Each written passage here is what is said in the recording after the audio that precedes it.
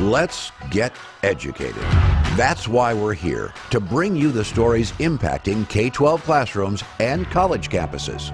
It's time for a little education.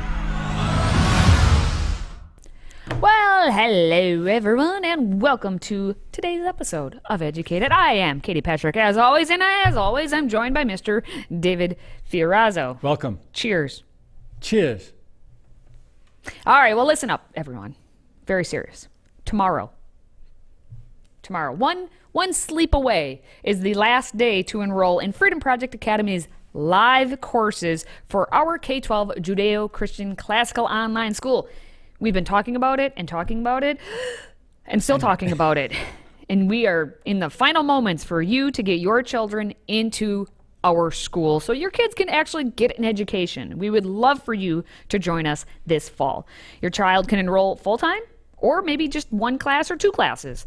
Simply visit freedomforschool.com to begin the enrollment process. Again, it's freedomforschool.com. Again. One more time. Tomorrow, Friday, July 21st is the deadline. One more time. Una vez más. All right, friends, it's once again that special time of the week to check in with Mr. Alex Newman to see what he has to share with us this week. Hey, Alex. Thanks, guys. Great to be here. And so this is, I think, a really important story because I think it provides a model for other communities. So deep in Washington State, there's a little town called Arlington. And it's kind of not too far from some of the more liberal bastions, including Seattle. But the town is putting up some really significant resistance. You have this massive grassroots effort by pastors and parents and community leaders to try to protect children from this LGBT pride, whatever they're having, and they're going to have a drag show to sexualize the town's kids. Truly insane.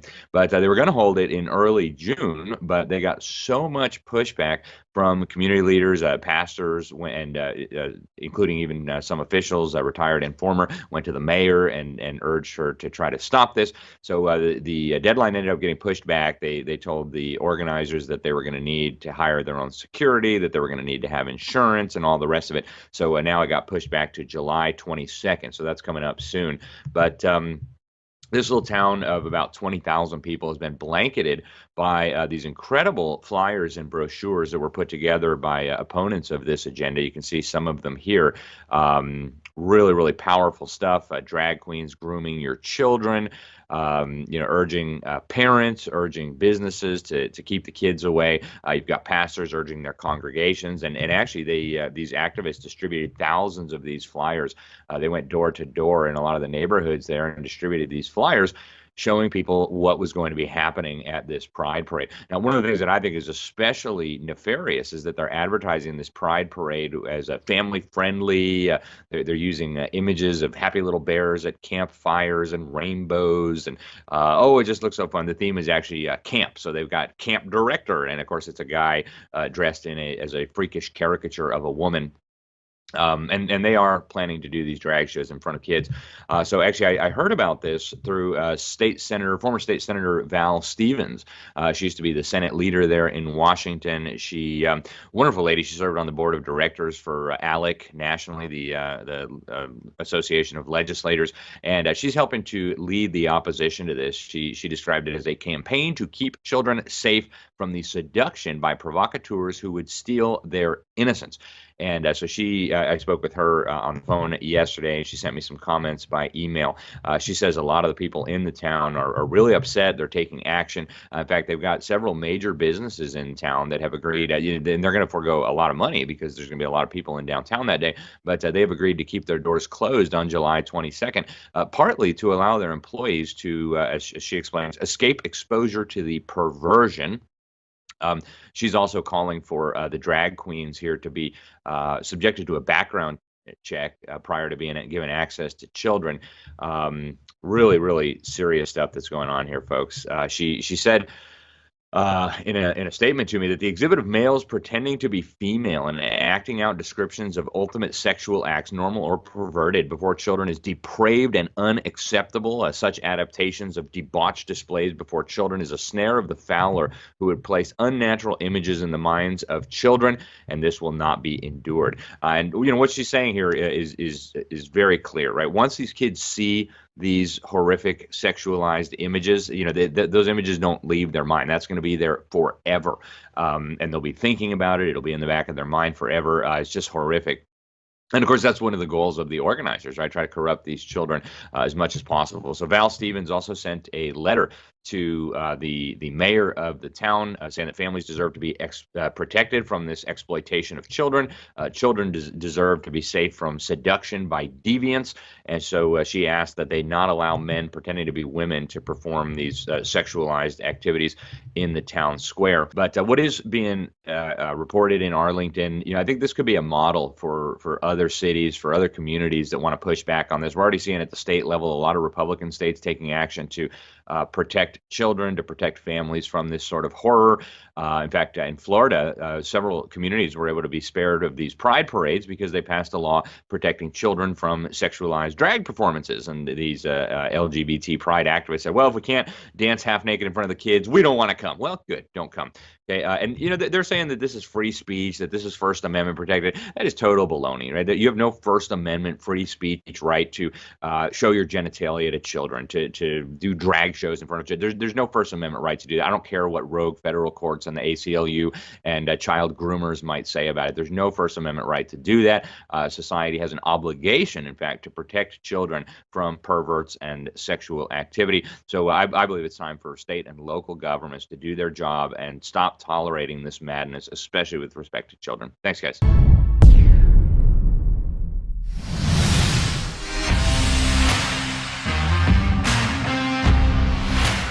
Well, the gender surrender agenda has become a well-oiled machine as it plows through major institutions in America.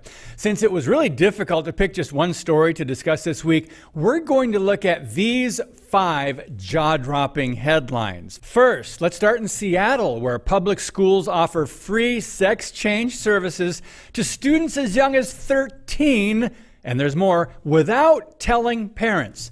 In Michigan, Democrats pass a new bill that could make using wrong pronouns a felony, resulting in prison time or a fine of $10,000.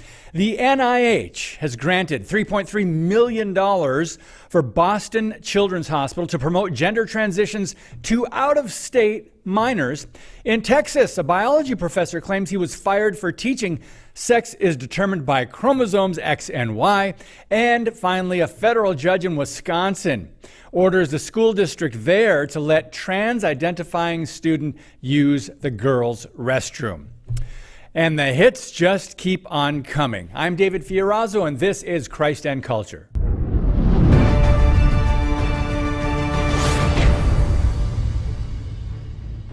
Okay, so let's start out on the West Coast, where the largest government school district in Washington is referring children to a few so-called health and wellness centers to receive free, quote, gender-affirming care. What could go wrong? If you're a middle schooler or a high schooler, Seattle Public Schools, you can get hormone-blocking medications as well as referrals for sex change surgeries, and your parents don't need to know. Washington does not require parental consent for various treatments on children, including for STDs and everything that falls under gender-affirming care. Last year, the Post-Millennial revealed that the district saw an astounding 853% increase in students identifying as non-binary. That's in just 3 years. Now let's go over to Michigan, where HB 4474 was passed, and according to reports, it could make it a felony to intimidate someone. How? By intentionally using the wrong gender pronouns or causing them to feel threatened by words. I wish I was making this up. The bill specifically targets, quote, disrespectful acts such as intentional misgendering, end quote. Offenders are guilty of a felony punishable by imprisonment for not more than 5 years or by a fine of not more than $10,000. The bill specifically addresses sexual orientation and gender identity or expression as protected classes.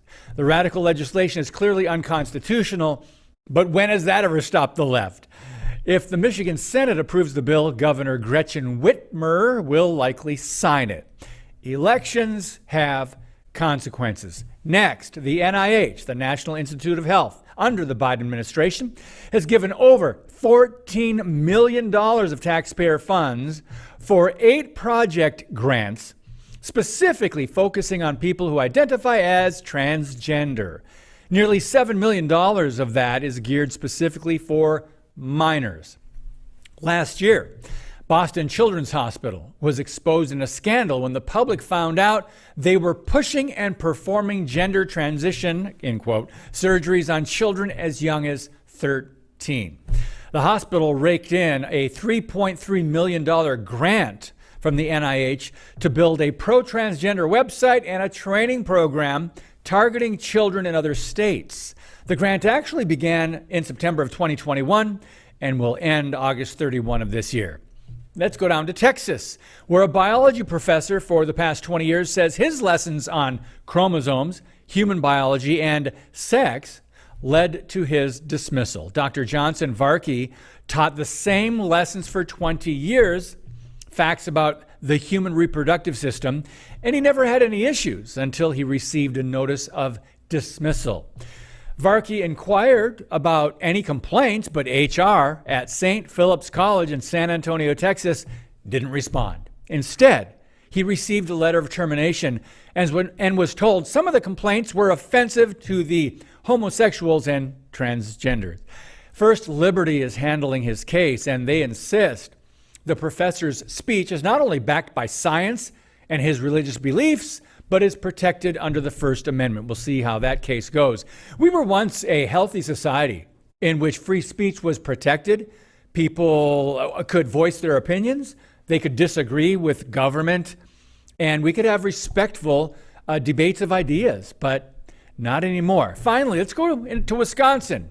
A leftist judge ruled in a Milwaukee area school district they'll be forced to allow male students to use the girls' restroom and locker room if they identify as female. The Mukwonago area school district can no longer enforce its recent policy that would have protected young girls and banned students from using bathrooms of the opposite sex.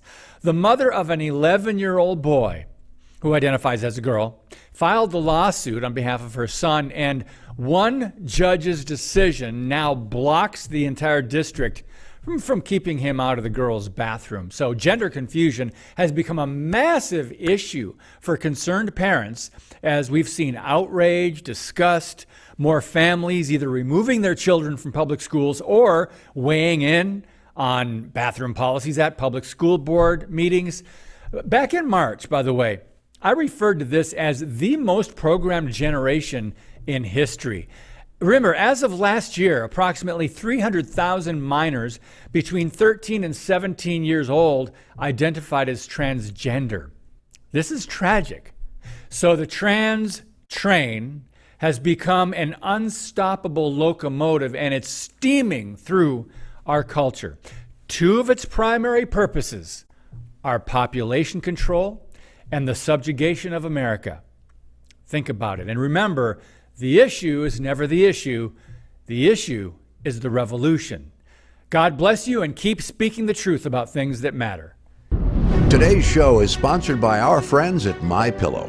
Save up to 66% on pristine quality bedding, towels, slippers, signature pillows, and much more when you use the code EDUCATED. That's EDUCATED. Educated. Support this show and a great American company.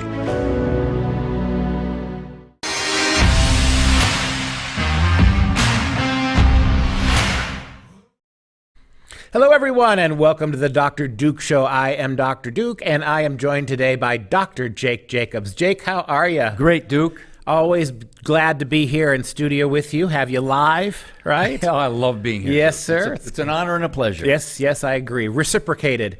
So we have some stories for you coming at today, and the teachers' unions. I mean, is there a more vile union in this country, Jake, than the teachers' union? No, and the sad part is the power that they actually have. Yeah. It's destroying our country. It's destroying our kids. Yeah, I mean, I would surrender all other unions to what they want to get rid of that one. That's how bad an influence this is.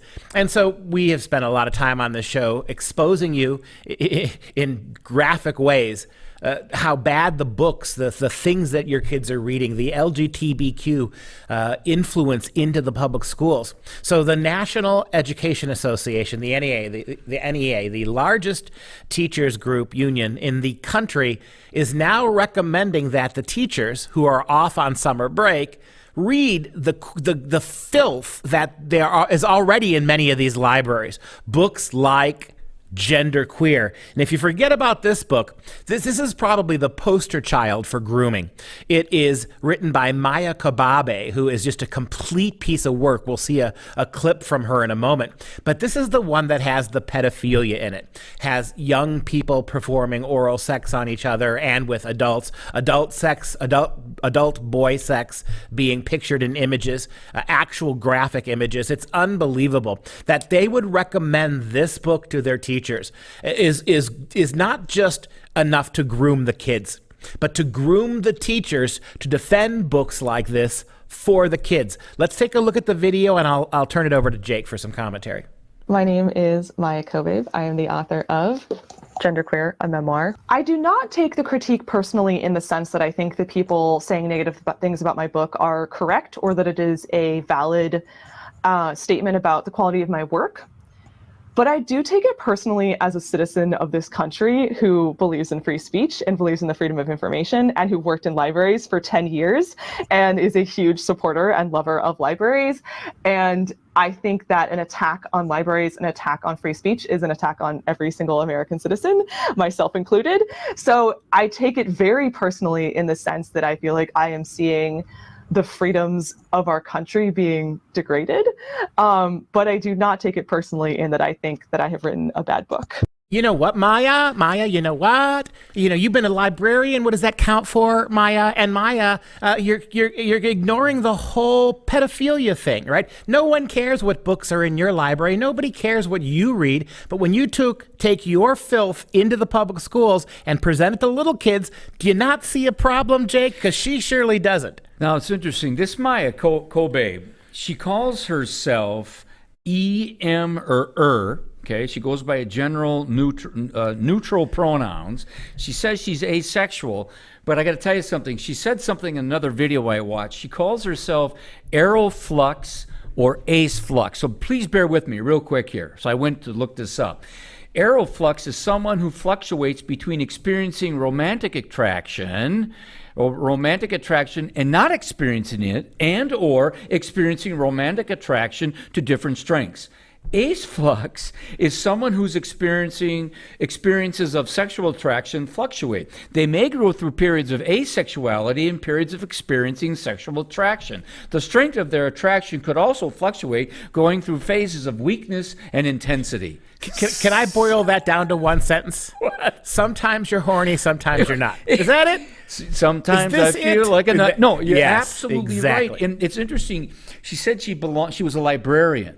Well, it's not a coincidence that the ALA, the American Libraries Association, the new head of the American Libraries Association is Emily Dobrinsky. She's a graduate of Columbia University School of Education, right? She actually calls herself a Marxist queer lesbian, and she says, I am a political activist to make sure we ban books by conservatives and Christians. So the ALA just banned Kurt Cameron's book, Pride Comes Before the Fall. But when a great governor like DeSantis says, look, we don't want pornographic books for little kids in our schools, he's called a fascist canceller for doing such a thing. Well, I don't know if you saw this because, Jake, I just noticed this yesterday. The Montana Library Association has now cut ties. This is why I brought this up, because they did research in the ALA and they said it's full of Marxists. I'll tell you, and we've said this before on the show, but you think the public schools are bad, the teachers are bad, the librarians in public schools, you think they're bad? The National Library Associations are much worse. They are much more underhanded, deceptive liars. They are sneaking books in. Sheboygan, Wisconsin, about 6 months ago, we find out that the principal himself didn't know what was being snuck into the library by the librarian. And when she was found out, she literally stole back the books, put them in her trunk, and hid them so she wouldn't get into trouble. This Maya Kobabe, she said at one point, she goes, look, if you're banning these books from libraries, she goes, what about the kids that are going through the trans queer time period in their lives? Because we don't want their conservative parents actually seeing these books, so they can go to the library where they can clandestinely actually read these great books like Gender Queer, where it talks about oral sex and masturbation and all these things. There they have the freedom. They have the freedom so their parents can't catch them and stop them from being involved in this. This is arguably the greatest lie in a country of liars on the left right now. The argument that all the other lies that the FBI can't figure out where that cocaine came from, right?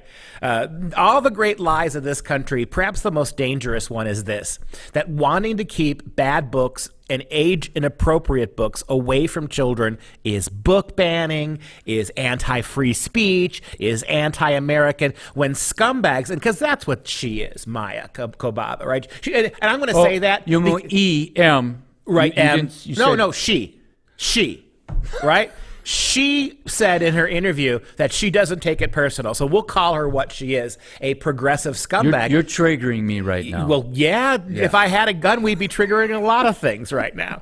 It is just a complete lying cop-out is what it is. You know, she goes, well, look, maybe, we can question the age appropriateness of this. She goes, but I had my period. Now, this is she talking. When I was 11, and I was wondering if maybe I was something than what I was born as. And she goes, so I'm saying that I think we should, maybe 12, 13 years old, where they could be learning about masturbation and oral sex and everything else. So she is saying, in essence, I'll make it for older kids, but we really do need it for the younger kids. Notice what happens. She goes through her period, which is a very traumatic period for many young girls.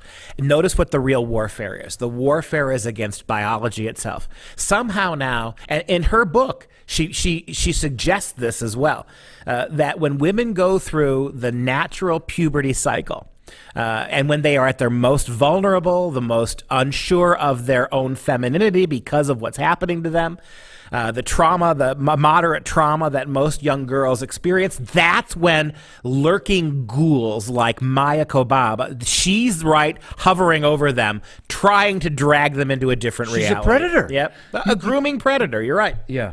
There is much more to talk about, but for the rest of the story, check out the full episode of The Dr. Duke Show. If you have a smartphone, tablet, Roku, or Apple TV, consider downloading the Freedom Project Media app. It's 100% free and includes all of our weekly shows, plus lecture series, archive programs, and award-winning animated videos for families like the Presidential Minute, Battles of America, and Heroes of the West. Don't rely on the social media giants to keep you informed. Simply download the Freedom Project Media app from your app store and allow notifications.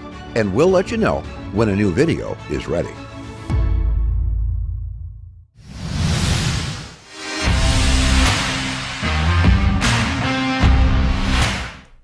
All right, friends, companies around the world are focused on how they can better support the physical and mental wellness of their employees and prevent burnout. So for years, we've seen companies offering perks like gym memberships, but one company is running the extra mile by offering extra pay to work out at work. That's right. Nutrition Solutions is a meal prep company, and every Wednesday and Friday they offer free workout classes before the day gets started. In fact, the CEO, Chris Cavallini, thinks exercise is so important to his employees' overall physical and mental health that he pays with dollars anyone who shows up as if they are actually on the clock at whatever it is that their hourly rate is. Whoa. Now, essentially, the sessions can be thought of as overtime for personal and financial gain, with employees having the autonomy to go as often or as little as they'd like. Now, exercise range from bodyweight calisthenics, outdoor runs, even mental toughness training, like the body plunges in the ice water. Have you ever had an ice bath? No. Ooh. On average, 40 employees attend each workout session. Wow. Yeah. Thank you. I think we should implement that around here. I'm just advocating for it just a little bit. So health incentives. Health incentives. Yeah. When we talk about mental health, and people always talk about mental health, and mental health is very important, but there's a connotation now with when you use mental health. There's like a stigma put with it. This is one way to help your entire workforce help not cure, but enhance their mental health in a very productive way. It's physical health. You can't really remove mental health from your physical health because it affects your body, your mind, everything. It's the whole person. Yeah. And again, this is me, the one who goes to the gym and loves all this stuff, but I go with a group workout. Like I do group workouts, kind of like what they're talking about. Okay. There is definitely a difference between someone who works out independently in maybe a gym setting, but all by themselves, versus someone who you work out next to each other. You're kind of suffering together in terms of getting your physical body better, but that increases your mental capacity and your ability to I guess better yourself just overall. And if you're doing this with your coworkers, It's motivation too. there's motivation, there's connection in that is beyond like, oh, we're gonna have donuts today as a kumbaya. We love working together. You sweat next to someone, like you see them in a different light, in a different capacity, their ability to mentally push themselves past whatever physical struggles they're going through. That gives you a whole new respect for that person next to it. And there's a lot to be said about that group mentality. And you're going to have more willpower to say no to those donuts. Exactly, that Right? too. So That there's jump. the physical, there's the mental, and the incentive, yes, financially. You're going to get more get long-term paid? you're going to get more long-term and just longevity out of that person. Yeah. And maybe your overall health insurance deductibles and all that will go down. Hey, that'd be amazing, good work. wouldn't it be? I would think it would be. All right, well, that's it for Educated this week. Don't forget, you have to sign up for Freedom Project Academy by tomorrow. You have tonight's sleep. That's it. Then tomorrow. So, David. Yes. Did you have a good week? Yeah. Good. Yeah. Was it a Gouda week? The cheese story? Cheesy. That's just cheesy. If you haven't seen it, go back and watch it. It's more like an Asiago, mozzarella, Ooh. sharp cheddar. Ooh, put it all together, you get some like Kobe Jack in there. Yeah. There's so many cheeses. All right. For Katie and myself, thanks for watching, listening, sharing, and supporting the show. And until next week, stay educated, America.